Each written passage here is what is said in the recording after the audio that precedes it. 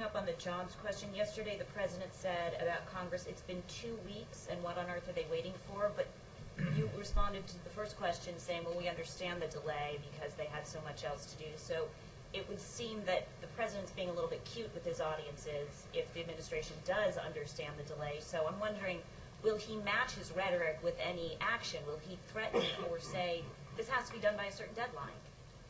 Well, he may. I don't want to predict what he might say before he says it. The point needs to be separated here. This has to be acted on. It is legislation that has to move through Congress, and there is a process by which legislation moves through Congress. Jessica, you know, because you're a veteran of covering these things, that part of the effort here that the president is undertaking is to continue to put pressure on lawmakers to focus on this priority because the American people are focused on it, and to address it. The timing I addressed with Jim about the fact that understandably the Senate had to deal with some issues that could not wait, and it had to do specifically most of them with jobs and the economy. And we know that the Senate will take up the American Jobs Act. If you're asking me, no.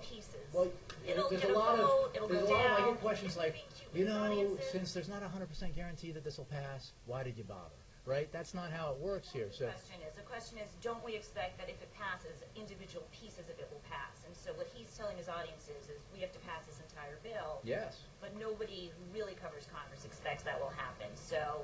But you're talking about expectations grounded in cynicism that has to do with the fact that the dysfunction in Washington, but that doesn't make it acceptable. And we have been candid about the fact that we believe the whole bill should be acted on and passed in its entirety, unchanged, and sent back to the president. We are also understanding of the fact that this is a process that moves through Congress, and that it is unlikely to arrive back wholly unchanged and intact.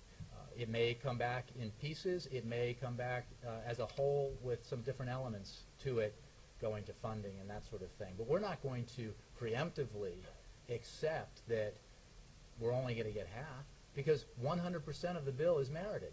So,